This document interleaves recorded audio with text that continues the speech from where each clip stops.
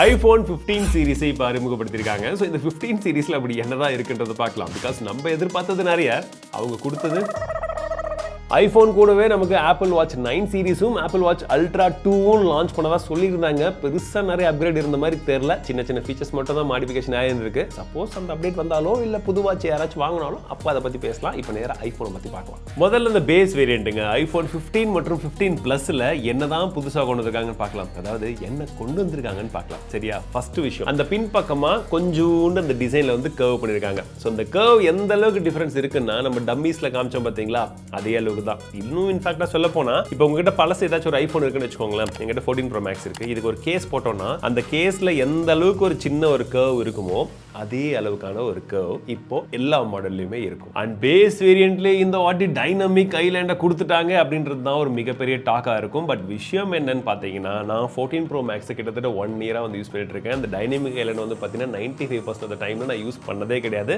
ஏன்னா நிறைய விதமான ஆப்ஸுக்கு அதுக்கான சப்போர்ட்டும் வந்து கொடுக்க கிடையாது. வரக்கூடிய ஒரு சில டைமில் கூட வந்து பார்த்தீங்கன்னா அது மேக்ஸிமம் எனக்கு யூஸ்ஃபுல்லாக இல்லை. மேபி இப்போ இந்த தீவுகள் வந்து மொத்தமாக எல்லா மாடல்லையும் கொண்டு வந்ததுனால இனிமேட்டு டெவலப்பர்ஸ் வந்து இன்னும் கொஞ்சம் அதில் ஏதாச்சும் ஒர்க் பண்ணி அதிகமாக கொண்டு வந்தாங்கன்னா அப்புறமா வேணால் யூஸ்ஃபுல்லாக இருக்கும். அண்ட் இந்த சிமெட்ரிக்காக இருக்கக்கூடிய நார்மலான பெசில்ஸ் வந்து பார்த்தீங்கன்னா இன்னும் கொஞ்சம் ஸ்லிம்மாக இருக்குது அப்படின்றது போல சொல்கிறாங்க. ஜென்ரலி இதிலே பார்த்தீங்கன்னா கூட உங்களுக்கு இந்த பெசில்ஸ் எல்லாம் கொஞ்சமாக ஒரே மாதிரி வந்து தெரியும். பட் இந்த வாட்டி வந்து இன்னும் கொஞ்சம் அது ஸ்லிம்மாக வந்து கொடுத்துருக்கோன்னு சொல்கிறாங்க.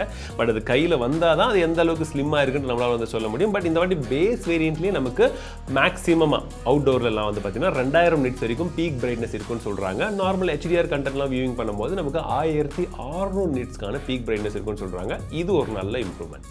48 மெகாபிக்சலுக்கான பிரைமரி கேமரா பேஸ் வேரியண்ட்ல வந்து இருக்குது. எஸ், அண்ட் 48 மெகாபிக்சல் அப்படின்றதுனால நமக்கு இன்னும் கொஞ்சம் பிக்சல்ஸ் அதிகமாக கிடைக்கும், உங்களுக்கு பார்க்கறதுக்கு டீடைல்ஸ் இருக்கும் அப்படின்றதெல்லாம் நார்மலான கதை. அதே விஷயங்கள் திரும்ப அதை நான் ரோல் பண்ண விரும்பல. பட் மெயினான விஷயம் என்னன்னு பார்த்தீங்கன்னா, இவங்க என்ன சொல்கிறாங்க, அந்த 48 மெகாபிக்சல் கேமராவை வச்சு நம்ம வந்து டெலஃபோட்டோவில் ஃபோட்டோ எடுக்க முடியும். அது எப்படின்னா 12 மெகாபிக்சலில் நீங்கள் வந்து 2x வரைக்கும் ஜூம் பண்ணி எடுக்க முடியும் அப்படின்றத சொல்கிறாங்க. அது எப்படி டெலஃபோட்டோ கேமராவாகும்னு எனக்கு சத்தியமாக புரியுது. iPhone 15 Pro மற்றும் Pro Maxல இருக்கக்கூடிய மிகப்பெரிய முதல் சேஞ்சஸ் என்னன்னு பார்த்தீங்கன்னா, இப்போ இந்த Pro Maxல வந்து பார்த்தீங்கன்னா நமக்கு சைட்லலாம் வந்து பார்த்தீங்கன்னா ஸ்டெயின்லெஸ் ஸ்டீல் வந்து கொடுத்துருந்தாங்க. நமக்கு நார்மல் வேரியண்ட்ல வந்து அலுமினியம் இருக்கும் இல்லையா. ஸோ இந்த வேரியண்ட்ல இப்போ 15 சீரிஸ்ல என்ன கொடுத்துருக்காங்க, அந்த ப்ரோ வேரியண்ட்ல என்ன கொடுத்துருக்காங்கன்னு பார்த்தீங்கன்னா நமக்கு டைட்டானியம் வருதுன்னு சொல்லியிருக்காங்க. ஸோ இதனால இந்த அளவுக்கு வந்து ரொம்ப கிளாஸியாவோ ஃபிங்கர் பிரிண்ட் மேக்னெட் மாதிரி இல்லாமல் அது கொஞ்சம் பிரஷ்ட் அலுமினியம் ஃபினிஷிங் எப்படி இருக்குமோ அந்த மாதிரி பார்க்கறதுக்கு ரொம்ப வந்து ஒரு மேட் ஃபினிஷிங்காக வந்து தெரியுது. பார்க்கும்போது எனக்கு தெரிஞ்சுது, அதுதான் சொல்கிறேன். ஓகேவா, நான் கூப்பிட்டு போல சரி பார்க்கும்போது அப்படி தெரியுது. அண்ட் ரெண்டாவது வந்து பார்த்தீங்கன்னா அது ரொம்பவே லைட் வெயிட்டாக இருக்கும். இது ஆனால் இந்த ஃபோன்லாம் கையில் எடுக்கும்போது நான் யோசிச்ச விஷயமே அது வெயிட் அதிகமாக இருக்கும் தான். அந்த 20 கிராம் குறைஞ்சா ஏதாச்சும் பெரிய வித்தியாசம் இருக்கான்றது கையில் வந்ததுக்கப்புறம் நான் சொல்கிறேன். அடுத்த அப்டேட் அப்படின்னு பார்த்தீங்கன்னா இந்த மியூட் சுவிட்சை தூக்கிட்டு, அதாவது இந்த அலர்ட் ஸ்லைடர் தூக்கிட்டு நமக்கு வந்து பார்த்தீங்கன்னா ஒரு ஆக்ஷன் பட்டனை கொடுத்துட்ருக்காங்க. ஸோ நான் கண்டிப்பாக இந்த இடத்துல ஏதாச்சும் ஒரு செக் வைப்பாங்க, இப்போதைக்கு கஸ்டமைசேஷனே பண்ண முடியாது, அதெல்லாம் அடுத்த வருஷம் கொண்டு வருவோன்றது போல விட்டுட்டு வெறும் 2 ஆப்ஷன் மட்டும் தான் கொடுப்பாங்கன்னு நினச்சேன். அப்படி இல்லாமல் 2 ஆப்ஷனும் வச்சுக்கலாம், ஒரு சில எக்ஸ்ட்ரா கஸ்டமைசேஷனும் இருக்குன்னு சொல்கிறாங்க. அண்ட் ஷார்ட்கட் ஆப்ஷனும் இதில் வந்து கஸ்டமைஸ் பண்ணிக்கலாம்னு சொல்றது இன்னொரு நல்ல விஷயம் தான். அது உண்மையிலேயே கரெக்டாக ஒர்க் ஆகும் பட்சத்தில். அண்ட் இந்த மாதிரி ஒரு கஸ்டமைஸ் பண்ணக்கூடிய ஒரு extra physical key Android smart ஃபோன்ஸ்லையும் பரவலாக வந்ததுன்னா இன்னும் கொஞ்சம் பெட்டராக இருக்கும். ஏற்கனவே நம்ம ஒரு சில மொபைல்ஸில் மட்டும் பார்த்துருக்கோம், பட் அதை கன்சிஸ்டண்ட்டாக எடுத்துகிட்டு வரல. மேபி இப்போ இந்த ஐஃபோன்ஸில் வந்துடுச்சுன்னா இதை கொஞ்சம் பரவாயில்ல எல்லாரும் யூஸ் பண்ண ஆரம்பிச்சிட்டாங்கன்னா அப்போ கொண்டு வருவாங்கன்றதை எதிர்பார்க்குறேன். நீங்கள் என்ன நினைக்கிறீங்க? அடுத்ததா ப்ரோ வேரியண்ட்டுக்காகவே ப்ரோ சிப்பை கொண்டு வரணும்ல, இந்த வாட்டி பேரையுமே ப்ரோ வச்சுட்டாங்க. அதாவது A17 Pro இந்த வாட்டி சிப்பு பேர். ஓகேங்களா, 3 nm டெக்னாலஜியில் இந்த சிப்பை வந்து கொண்டு வந்திருக்காங்க. அண்ட் போன வாட்டி இருந்ததை விட இன்னும் கொஞ்சம் அதிகமான பர்ஃபார்மன்ஸ், இன்னும் கொஞ்சம் பெட்டர் எஃபிஷியன்சி, இதெல்லாம் நார்மலாக நம்ம எதிர்பார்க்கக்கூடிய விஷயங்கள் தான். அது இருக்குன்னு தான் அவங்க சொல்கிறாங்க. ஸோ அது ஒரு பக்கம் சரிங்களா. அண்ட் இவங்க பார்த்தீங்கன்னா உங்களுக்கு ரேட் ரேசிங்கும் வந்து இருக்குன்னு சொல்கிறாங்க. அண்ட் இது ஃபர்ஸ்ட் டைம் எல்லாம் வந்து கிடையாது. ஏற்கனவே நம்ம Snapdragon 8 Gen 2 இருக்குல்ல, அதுலேயுமே இருந்தது. பட் இதில் பிரச்சனை என்னென்னா, ஏற்கனவே அவங்க கொண்டு வந்தவங்களுக்கே வந்து பார்த்தீங்கன்னா கேமிங் எல்லாம் அந்தளவுக்கு வந்து இல்லை. அந்தளவுக்கு கேம் வந்து ரேட் ரேசிங் சப்போர்ட் பண்ணுற அளவுக்கு கேமே இல்லை. ஸோ அப்படின்ற பட்சத்தில் இப்போ இவங்க கொண்டு வந்ததுக்கு அப்புறமா இவங்க காமிச்ச டெமோவில் ஒரு சில கேம் எல்லாம் இருந்துச்சு. அது சைட் பை சைடு அவங்க டிஃப்ரென்ஸ் காமிக்கும் போது அந்த ரியலிஸ்டிக்கான லைட் அதெல்லாம் வந்து பார்த்தீங்கன்னா பார்க்கறதுக்கு நல்லா தான் இருந்துச்சு ஒர்க் ஆகும்போது ஹார்ட்வேர் லெவலில். பட் அந்த கேமும் இப்போதைக்கு வந்து லான்ச் ஆகலை, ஃபியூச்சரில் வரும் அப்படின்றத போல சொல்கிறாங்க. வரும்போது அதோட ஃபுல் பொட்டன்ஷியல் வந்து இருக்கும். பட் இப்போதைக்கு அண்ட் ஐஃபோன் இந்த வாட்டி கேமிங் இன்னும் கொஞ்சம் அதிகமான ப்ரையாரிட்டிஸ் வந்து கொடுத்துருக்காங்க. ஏன்னா கன்சோல் லெவலில் இருக்கக்கூடிய கேமிங் எல்லாம் இனிமேட் இதில் வந்து வரும், சீக்கிரமாக வந்து ஃபியூச்சரில் வந்துருன்றது போலலாம் சொல்லிட்டு இருக்காங்க. சரி, இந்த மொபைலுடைய ப்ரைஸிங்கை பற்றிலாம் நான் ஃபியூச்சரில் சொல்கிறேன், அதாவது இந்த வீடியோட எண்டில் சொல்கிறேன் இன்னும் கொஞ்சம் நேரத்தில். அந்த ப்ரைஸிங்கை பார்த்து முடிச்சுட்டு அதுக்கப்புறம் நீங்கள் வந்து நம்ம சேனலில் வந்து ப்ரோ வேணுமா மேக்ஸ் வேணுமா நீங்கள் சொல்கிறத பொறுத்து அந்த ஃபோனில் நம்ம கேமிங் டெஸ்ட்டெல்லாம் வந்து பண்ணுவோம். ஓகே, கேமராவை பொறுத்த வரைக்கும் இந்த ப்ரோ சீரிஸில் வந்து பார்த்தீங்கன்னா கிட்டத்தட்ட சேம் செட் ஆஃப் கேமராஸ் தான் வந்து இருக்குது. ஒரே ஒரு சேஞ்ச் எங்கன்னு பார்த்தீங்கன்னா ப்ரோக்கும் ப்ரோ மேக்ஸ்க்கும், ப்ரோவில் வந்து நமக்கு 3x வரைக்கும் நல்ல ஃபோட்டோ வச்சிருப்போம் இல்லையா, இதில் வந்து பார்த்தீங்கன்னா உங்களுக்கு 6xன்னு எதிர்பார்த்துட்டு இருந்தோம், லீக்ஸ்லாம் தான் இருந்துச்சு. பட் வந்து ஆக்சுவலி 5x வரைக்கும் வந்து நமக்கு ஆப்டிக்கல் ஜூம் வந்து பண்ணிக்க முடியும்னு சொல்கிறாங்க. பட் ஸ்டில் ப்ராக்டிக்கலி அது கம்பேர் பண்ணும்போது ஏற்கனவே இருக்கக்கூடிய சாம்சங் கூட எந்த அளவுக்கு போட்டி போடுதுன்றதை பார்க்கணும். இது ஒரு சைடு. அண்ட் ப்ரோரெஸில் உங்களால் 4K 60 FPS வீடியோ எடுக்க முடியும் அப்படின்றது இன்னொரு ப்ளஸ்ஸாக வந்து இருக்குது.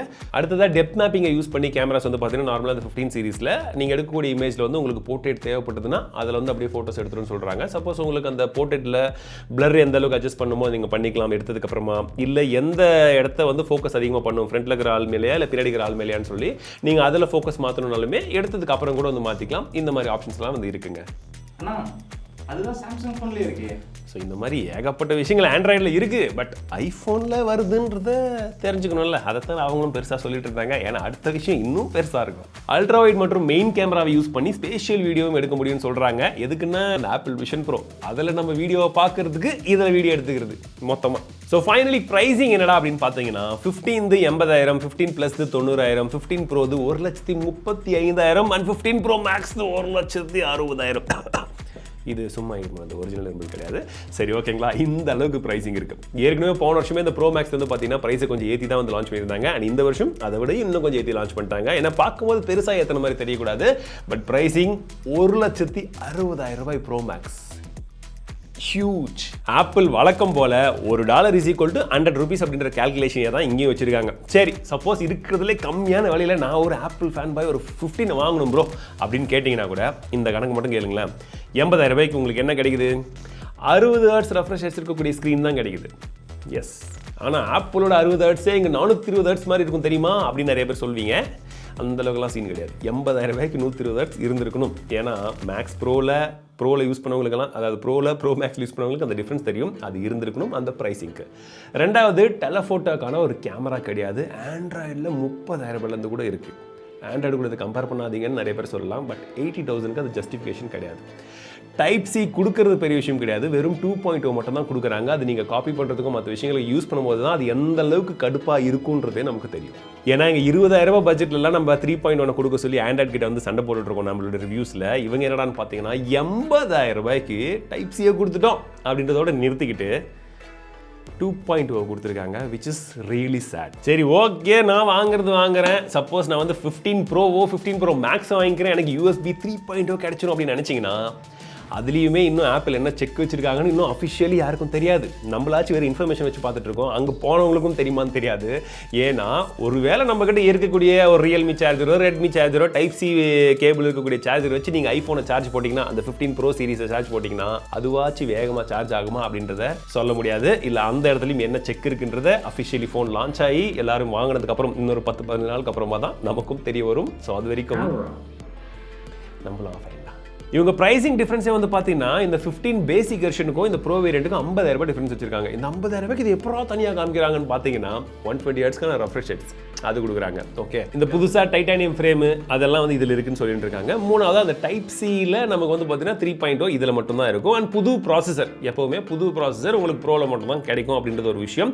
அண்ட் கேமராவுடைய பர்ஃபார்மன்ஸும் இந்த ப்ரோ வேரியண்ட்டில் தான் நல்லா இருக்கும் அப்படின்ற ஒரு விஷயத்தை வந்து கொண்டு வந்திருக்காங்க. சின்னதாக ஒரு அப்கிரேட் வந்து இருக்குன்றது எதிர்பார்க்கலாம். ஓகேங்களா, அண்ட் முக்கியமாக வந்து பார்த்தீங்கன்னா அந்த ஆக்ஷன் பட்டன் அது அங்கேயும் கொடுத்துருக்கலாம், ஆனால் அது ப்ரோவில் மட்டும்தான் இருக்கும். சப்போஸ் வாங்கினா ஐஃபோன் தான் வாங்கணும்னு நினச்சிட்டு இருக்கிறவங்க அமேசானுடைய கிரேட் இந்தியன் ஃபெஸ்டிவல் சேல் இல்லை ஃப்ளிப்கார்ட்டோட பிக் பில்லியன் டே சேல்லாம் இப்போ வரப்போகுது. அப்போது எல்லா செக்மெண்ட்டும் உங்களுக்கு 14, 13, 12 சீரிஸ் எல்லாமே ரேட்டு குறையும். அதில் பார்த்து வாங்கிக்கோங்க. அண்ட் 15 சீரிஸை தான் நான் வாங்குவேன் நினைக்கிறவங்க ஏன் வாங்குவீங்கன்றத கமெண்ட்ஸில் சொல்லுங்கள். அண்ட் மற்ற நண்பர்கள் இந்த 15 சீரிஸை வாங்கக்கூடாதுன்றதுக்கு நீங்கள் நினைக்கக்கூடிய காரணங்கள் என்னன்றதை கமெண்ட்ஸில் சொல்லுங்கள். I am expecting some crazy creative comments.